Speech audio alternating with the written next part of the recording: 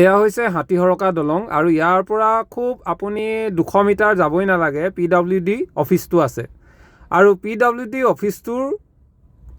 প্ৰায় 150 মিটাৰ বুলি কৈছোঁ আৰু এইখন হাতীহৰকা দলং ইয়াতে কেইটামান গাঁত হৈছে আৰু এই গাঁতকেইটা এনেকুৱা হৈছে এতিয়া মানুহ বাইক লৈ গ'লে গাঁতত সোমালে বেটেৰী ৰিক্সাটো বাগৰি গৈছে এনেকুৱা গাঁতকেইটাৰ কাৰণে এতিয়া গাড়ীবোৰ পাৰ হওঁতেও যথেষ্ট সমস্যা হৈছে লগতে ৰেল লাইনৰ তলৰ যি কাম কৰি আছিলে এই কামবোৰো খুঁটাবোৰ পুতি এইদৰে আধাতে এৰি থৈ গুচি গ'ল গাঁত হৈ আছে এতিয়া দুখন গাড়ী তাত ক্ৰছ কৰোঁতে যথেষ্ট সাৱধানে পাৰ হ'ব লাগে নহ'লে তলত পৰিব আৰু এই পথটোত থকা গাঁতকেইটা পুতিবলৈ PWD বিভাগৰ সময় নাই ইফালে PWD বিভাগৰ কৰ্মচাৰীসকল অফিচলৈ যোৱা মানুহবোৰ এফালে পাৰ হৈ যায় ইয়াৰ পৰা 150 মিটাৰ আঁতৰত আছে PWD অফিচটো কিন্তু তেওঁলোকে বোলে শিল দুটামানকে ইয়াত দি দিওঁ এইটো তেওঁলোকে চিন্তা কৰা নাই আৰু এইটো কাৰণে কিমান আপোনালোকে এতিয়া মিউনিচিপালিটি আৰু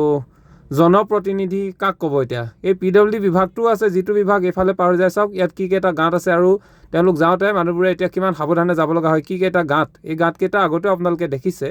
কিন্তু PWD বিভাগৰ হয়তো তেওঁলোকে নেদেখে আৰু তেওঁলোকে দেখিছে যদিও আওকাণ কৰে এইকেইটা সৰু সৰু সমস্যা যদি সমাধান কৰিবলৈ যি বিভাগৰ মানুহ তেওঁলোকে যদি কোনো গুৰুত্ব প্ৰদান নকৰে তেনেহ'লে কেনেকৈ হ'ব বাৰু কওকচোন ইমান যদি এলাহ হয় নিজৰ যদি দায়িত্ব কিধৰণে সম্পাদন কৰিব লগা ৰাইজৰ সমস্যা হৈছে ইয়াতো যদি আমিয়ে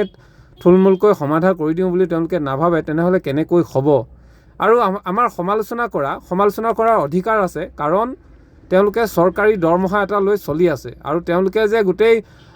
ৰাইজৰ সকলো সমস্যা সমাধান কৰিব লাগিব সেইটো নহয় কিন্তু তেওঁলোকে যিটো দায়িত্বত আছে যিখিনি কাম কৰিব লাগে এইখিনি যদি নিয়াৰিকৈ কৰে তেনেহ'লে ইয়াত কোনো সমস্যা নাথাকে এয়া চাওক এতিয়া গাঁতৰ দলঙৰ তলেদি পাৰ হৈ যাবলৈ গাড়ীবোৰ ইয়াত সদায় শ্ল' কৰিব লগা হয় শ্ল' এইটো কাৰণে কৰিব লগা ইয়াত থকা গাঁতকেইটা আৰু এই গাঁতকেইটা পুতি দিবলৈ PWD অফিচৰ বিভাগৰ কোনো মানুহৰ সময় নাই কোনো লোকে গুৰুত্ব প্ৰদান নকৰে তেওঁলোকে এইফালে অহা যোৱা কৰে আৰু তেওঁলোকৰ অফিচটো ইয়াৰ পৰা একেবাৰে নাতি দূৰত প্ৰায় 150 মিটাৰ আঁতৰত আছে আৰু তেওঁলোকৰ কিন্তু সময় নাই লগতে ৰেলৱে এইখনৰ তলত চাওক